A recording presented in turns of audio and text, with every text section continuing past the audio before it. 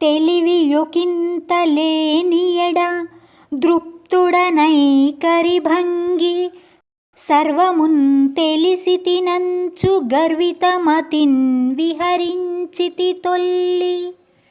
ఇప్పుడు జ్వలమతులైన పండితుల సన్నిధి నించుక బోధశాలినై తెలియని వాడనై మెలగితిన్ గతమయ్యని తాంత గర్వమున్.